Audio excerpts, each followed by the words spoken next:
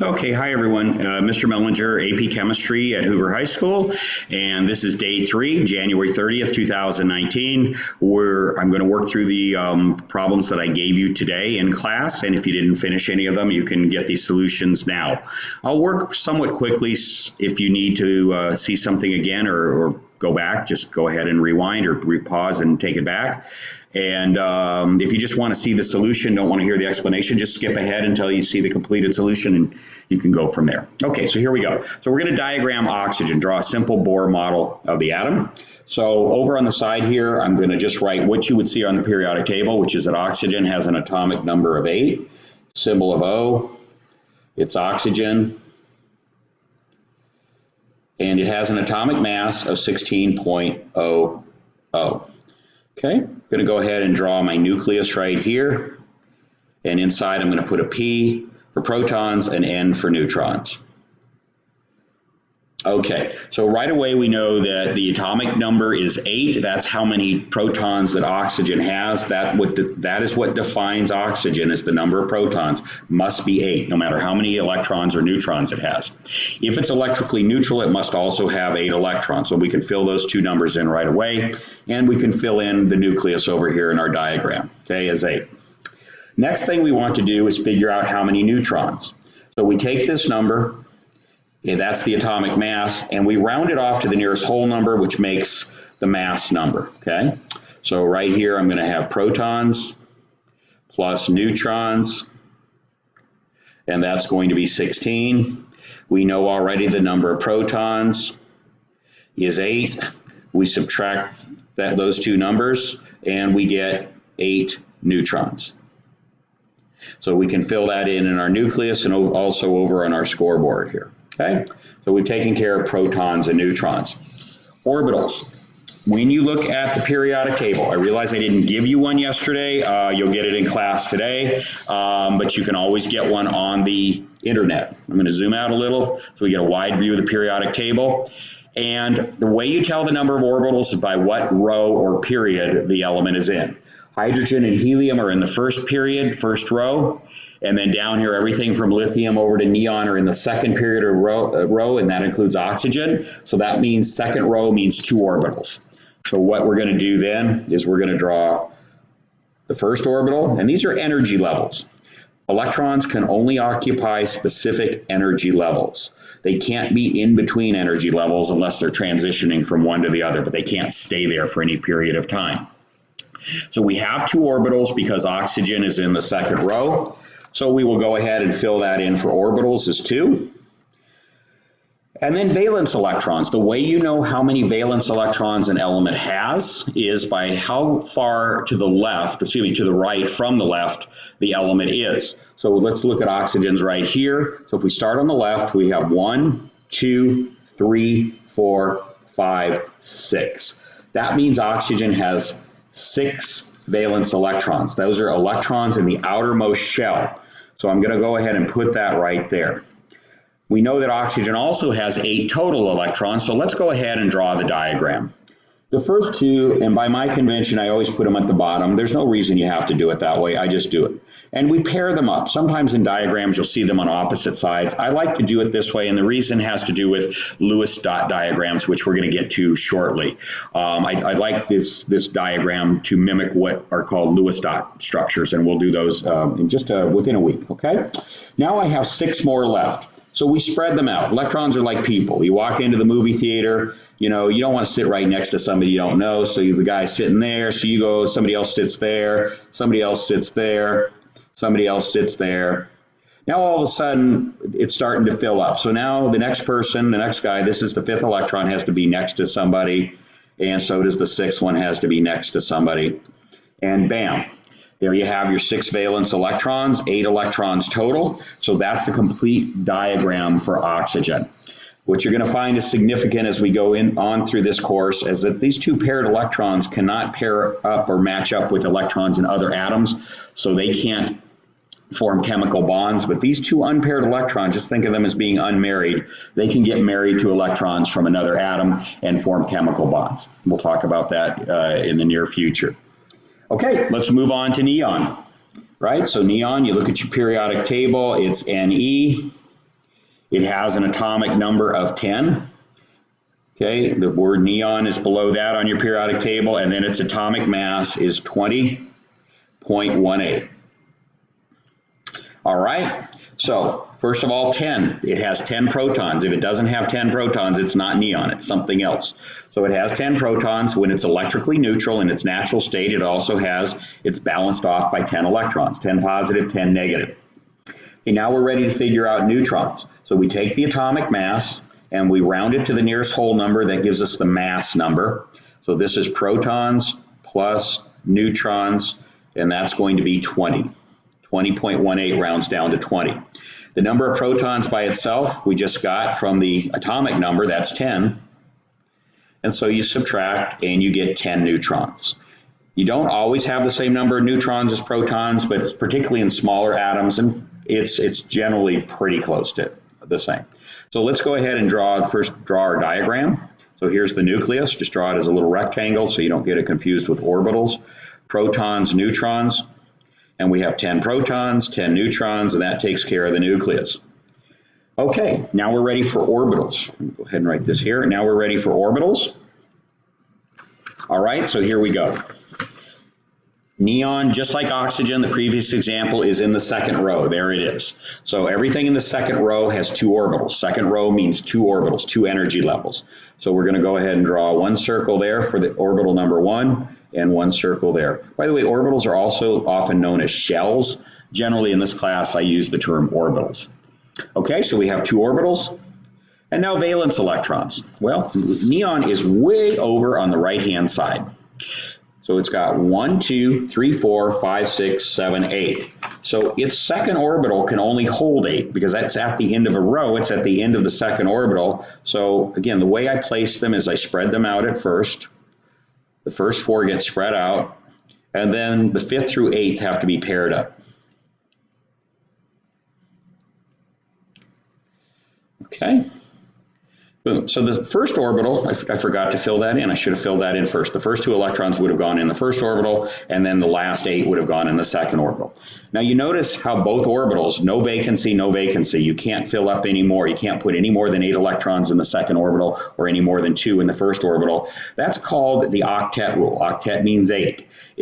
All atoms, and this is going to be an incredibly important concept we'll get into, want to have 8 electrons in their valence orbital, with the exception of hydrogen and helium, which can only have 2. It's still called the octet rule for hydrogen and helium. But you'll find that one of the major principles of why atoms attract each other and why they react the way they do is they want to have those 8 electrons in the second orbital, and the third orbital can also hold 8 electrons. So we'll get into that principle later. But for now, we've completed our diagram. We have 8 valence electrons. We'll fill out our scoreboard, and we've completed our diagram for neon. Okay, aluminum. So let's look at aluminum. We find it's in the third row. Has an atomic number of 13, an atomic symbol of Al, and an atomic mass of 26.98. Okay, so 13 means that we have 13 protons. It's electrically neutral, so we also have 13 electrons. We'll draw our nucleus here. Protons and neutrons. And that's going to be 13. Now we got to figure out the neutrons. We bring that up here and we round that. 26.98 is going to round up to 27. So the mass number for aluminum is 27. Protons plus neutrons. Okay, minus the number of protons. And whatever's left over has to be neutrons. And you'll notice in this case we get 14. We don't get exactly the same number as we have of protons. Okay, it's just off by 1. Okay, that's not a big deal. It's just the way it works out for some elements. Okay, so that's a 14 and that's a 14. Okay, now we bring our periodic table over. Okay, and we see aluminum is right here in the third row. So we have 1, 2, 3 rows down, there's aluminum, so that means it has 3 orbitals. So we're going to have to draw 3 circles around this. So try to make them a little tighter here. There's 1, there's 2, and there is the third. Okay? All right. Okay, so 3 orbitals, we put that there.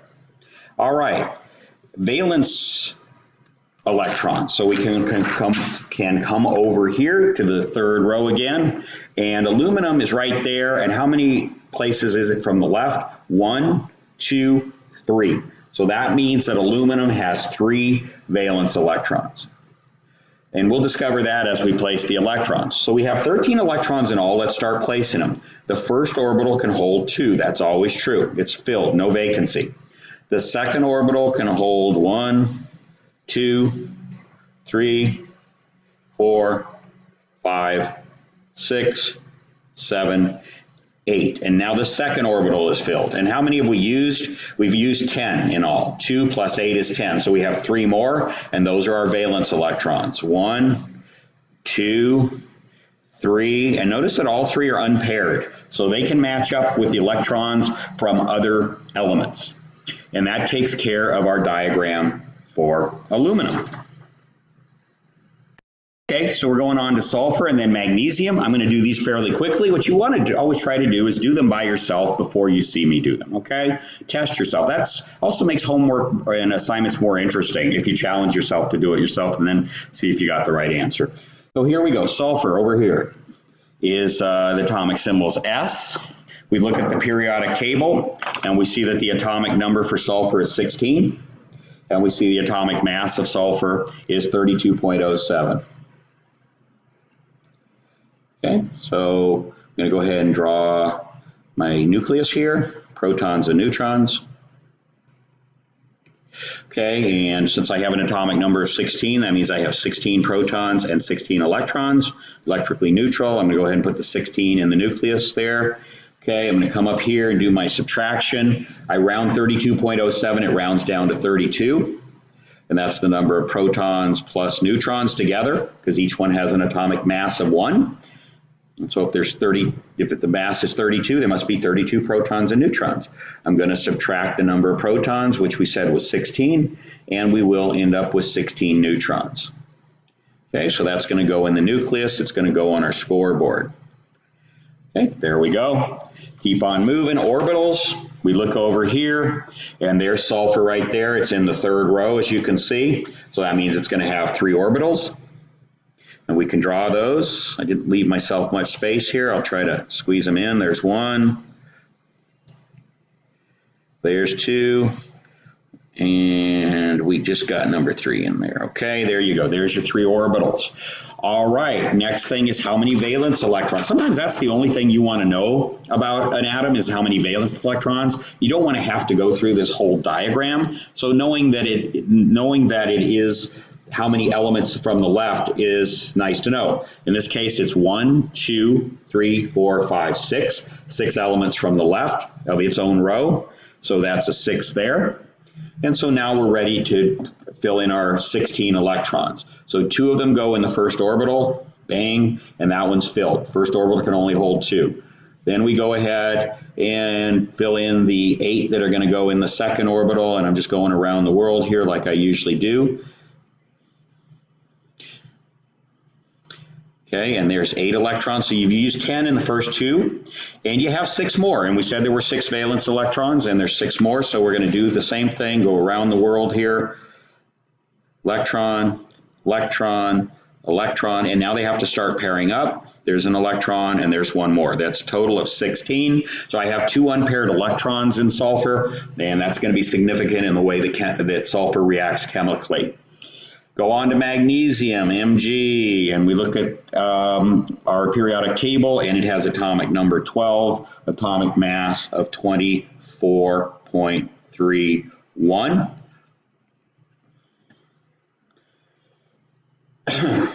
Okay, so here we go. That means there's 12 protons and 12 electrons. Draw our nucleus here. Protons and neutrons. Okay, and we got to come up here and figure out how many neutrons. So 24.31 rounds down to a mass number of 24. Protons and neutrons, and of those 12 are protons.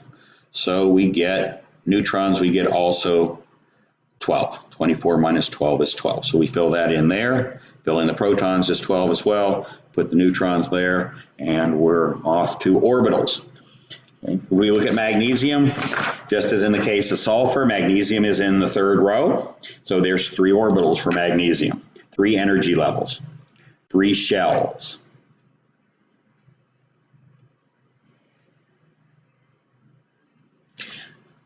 Okay, there we go, 3 orbitals. And now, how many valence electrons does magnesium have? There it is, it's the second element in its row, 1, 2, so it has 2 valence electrons. So now we can fill in our 12 electrons for magnesium. There's 1 and 2 right there.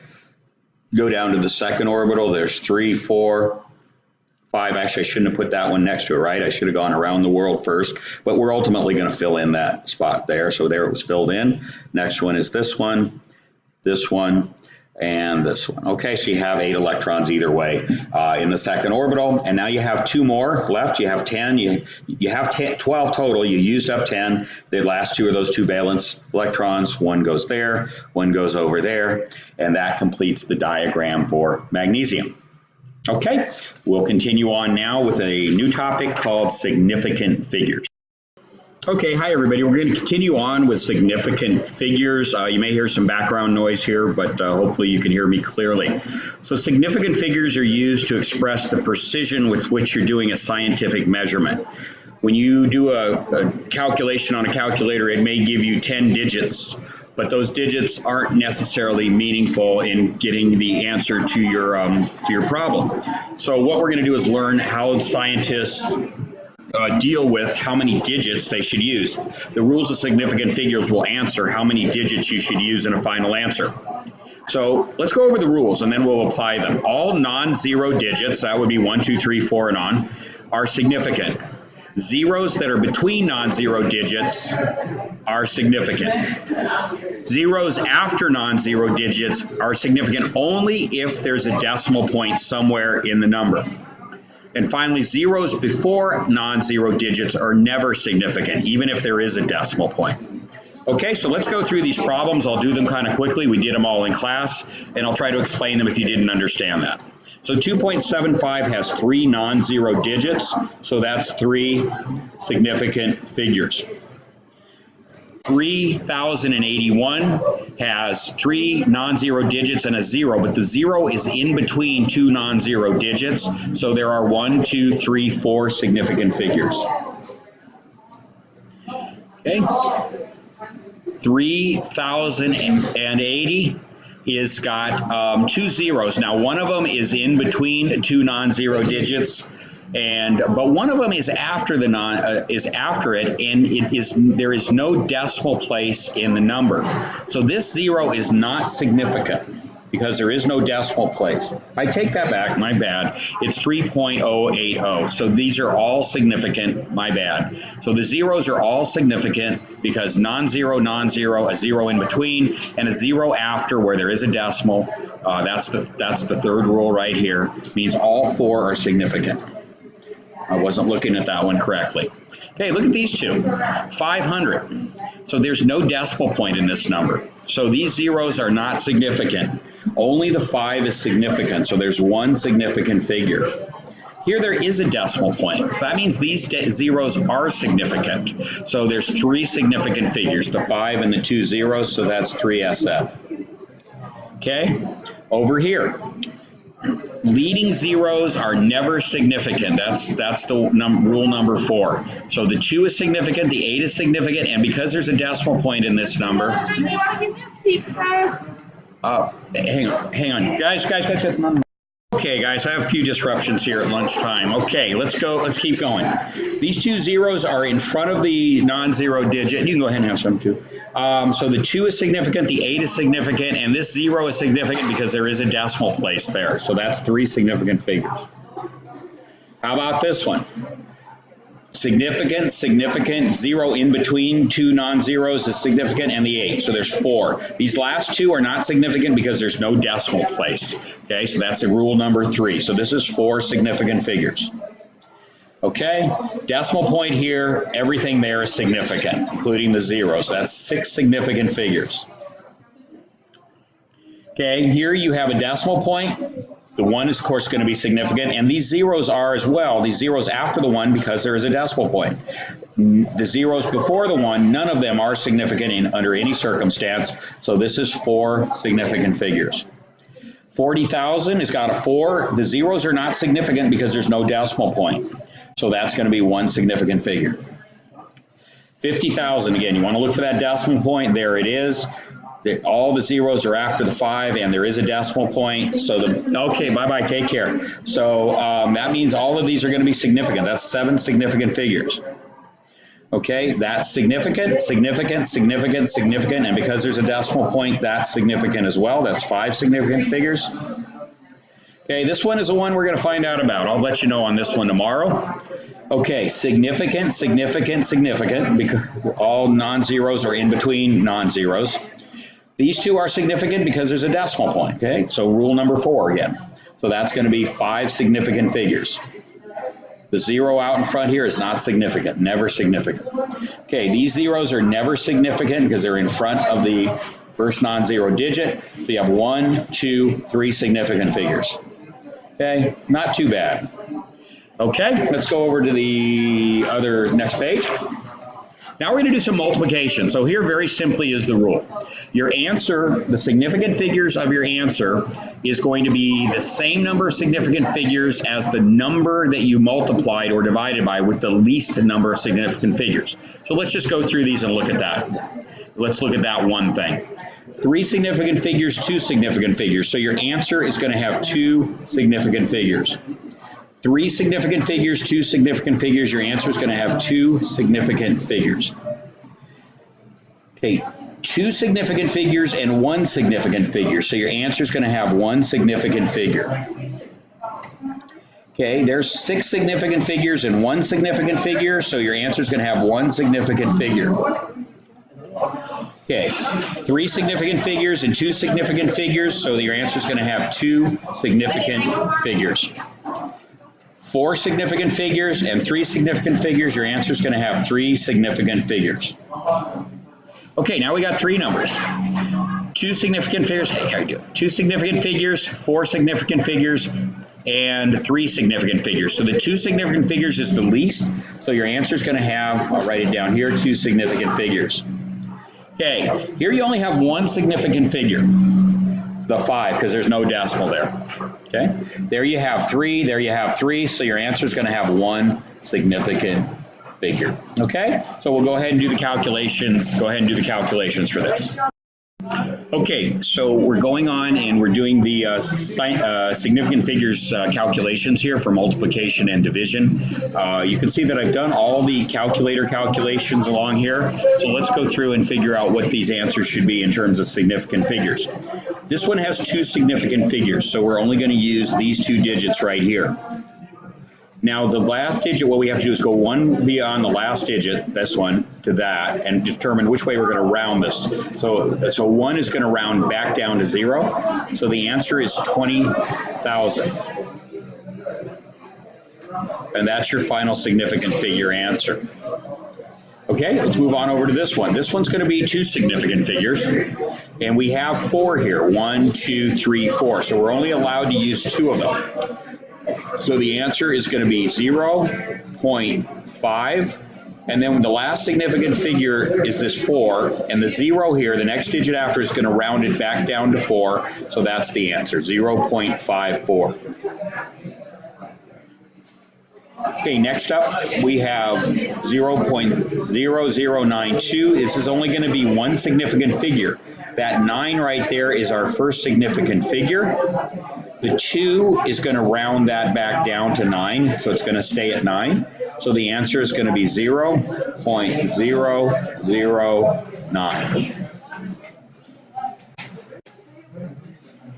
Okay, over here also 1 significant figure. It's very unusual, this number, because it's in the millions. So the only significant figure is going to be that 3. So we look at the next digit, it's a 5. So it's going to round the 3 up to 4. So 3, 5, 5 goes up. So that becomes a 4. But you can't just leave a 4 there. You got to have all these digits, these places, filled, and they got to be filled with zeros. I know this seems strange, but this is the way it's done in significant figures. So that's your answer, 4 million, right there. Okay, finally, this one is two significant figures. Here we have 1, 2, 3, 4, 5. We're only allowed to use these two right here. That 0 is going to round the 7 back down to 7. So your answer is going to be 3.7.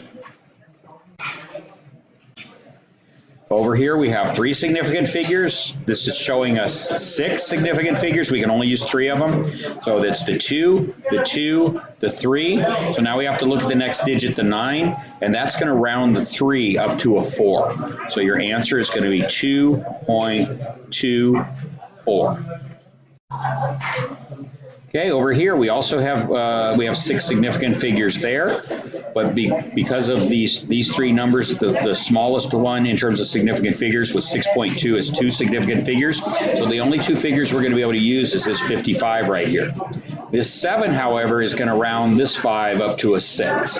And you always look one past the last significant figure you can use and see whether it rounds up or rounds down. So this is going to round up to 56.